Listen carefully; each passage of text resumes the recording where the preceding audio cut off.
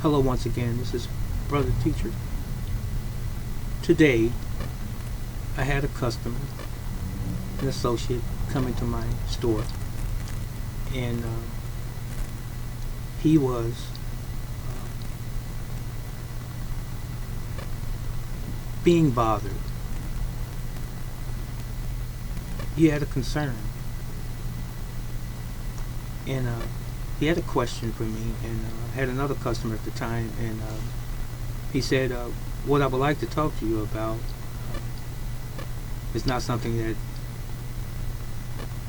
that should be talked about in mixed company. He said, but I want to talk to you about something specifically.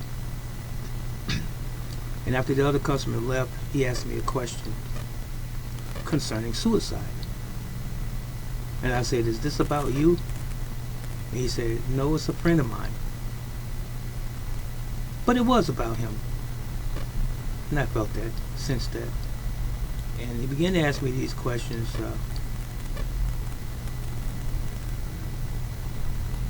Do you think that I would be,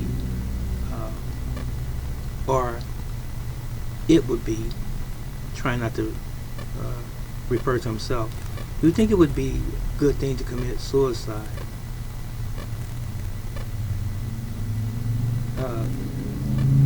To benefit people in general, society. He said, is there a time when you think suicide is the best answer to things that are going on in your life? And I can't quote everything that he was saying verbatim, but the whole gist of it was, things are not going as you feel and or believe that they should be going. And he basically wanted me to validate an act of suicide if it were carried out by someone. And I kept giving him all of the reasons that an individual should not commit suicide, and he kept trying to reply or respond back saying that, but those are the answers that most people use all of the time. And he kept trying to justify someone wanting to kill themselves. And without missing a beat, I just kept responding saying that people outside of you don't define you. People outside you are just that, outside of you. It's all a matter of how you see you inwardly. Self-esteem. How do you see yourself? You should never allow anyone, or anything for that matter, to put you in the mind frame of wanting to take your life. I said, because there's a permanency there. It's the end of you. And he said, well, maybe people will be happy if you're gone. I said, how would you even know if you benefit someone if you're gone or not, because you won't be there to witness it? I said, but on the flip side of that, you can do good. So you can make it a life's purpose, and that should come from within as well. You can make it a life's purpose to help society in numerous capacities.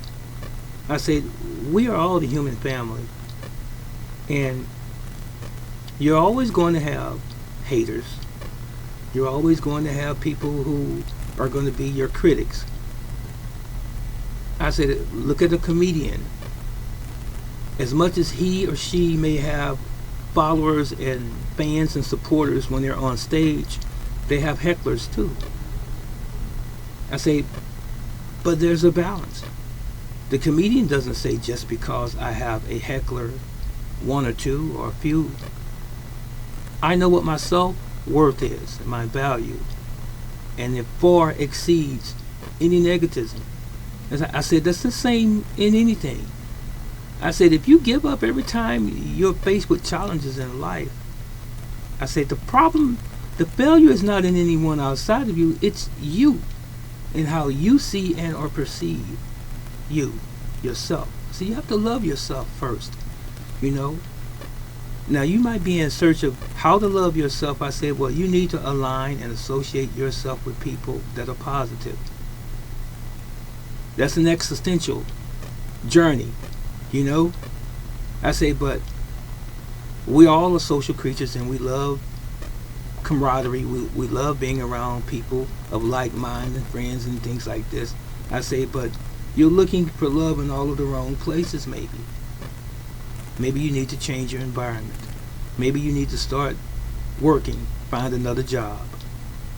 I say, it seems to me that you're looking at life only from the standpoint of materialism. You don't have gas in your car right now. You expressed to me, why don't you have gas in your car? What happened to your plans a year ago when you told me that, you know, you had all of these things that you wanted to do and better your life and so forth, and then it was always an excuse coming from him, that is, this excuse and that excuse and that excuse.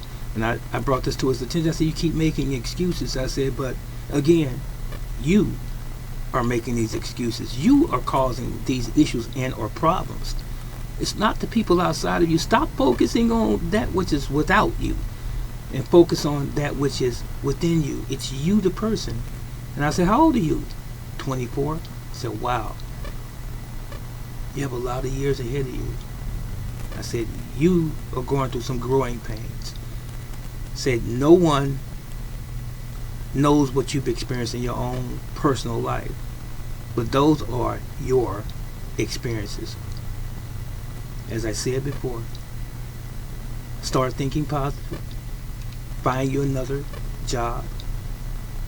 Get some gainful employment and start putting money aside and planning for your future at this point in which I'm speaking to you. And stop making excuses as to why you are contemplating doing something to yourself. I said, we all came here in this world for a purpose, and it was not to take our lives. I'm sorry, it wasn't. I said, it may not be a good thing. You may have not had too many successes in your life up until this point, but such is life. No one ever said that life is supposed to be peaches and cream. No one ever said that life was supposed to be no failures. No one ever said that life was supposed to be easy. It's a struggle. But it's a struggle well worth having, because it gives us strength if we hold on, and it helps to build great character if we choose to hold on and understand that we all are under the same umbrella as humanity. Some have a little bit more than others. Some have a little bit less. But what we do have is the ability to make choices in our lives. And taking our life should not be one of those choices. So now, I don't know if anyone out there listening to me has ever contemplated suicide. If you know someone who did, or even carried it out, or even if it's you who has thought about it, let me know what your experiences are and were. And understand this. I've gone through things in my life that I know other people have had similar experiences as myself and have taken their lives. But I'm still here talking to you. I've never, ever contemplated suicide because I personally have a reason to live. And I've got problems. I've had failures and I have had successes. But I've never had been beaten down so much where I've thought about taking my own life. And I'm encouraging you today to think the same way. That's a coward that would take their life. That's a person who's trying to find an easy way out. There's no easy way out of life. It's not. Even animals in nature struggle. They don't kill themselves. If an animal gets his paw or leg caught in a trap in the woods, gets it broken off, they keep going. They'll even bite it off to survive. Why are we any different? We're supposed to be the greatest species on this planet, the most intelligent. We're better than that.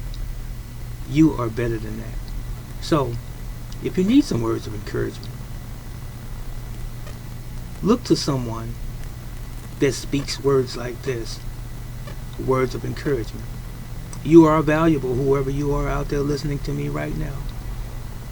You may be in a family situation where you feel like you're not loved. So what? Love yourself. You can't make someone love you. Even a companion or past companion or husband or wife, love yourself first.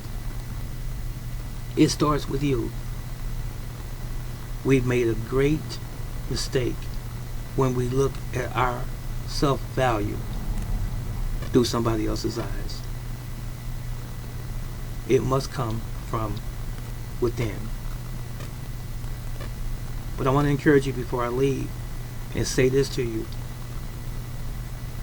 I'm not asking for any money in this video on this particular subject.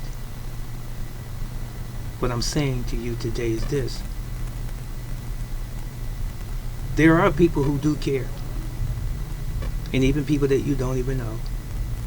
So whoever you are listening to me today, I want to tell you this. I love you. And if you want to hear that again, send me a message and I'll respond to you. I'll try my utmost to respond to you. I may be one grain of sand from the beach that cares about you. But I'm sure that there are many, many more. But at least I do. This is Brother Teacher. As I always say, stay strong, be safe, take care of yourself. And the Most High, the Creator, Yahweh, God, loves you. And you know I do. Be blessed and have a great day or evening, wherever you may be. So long.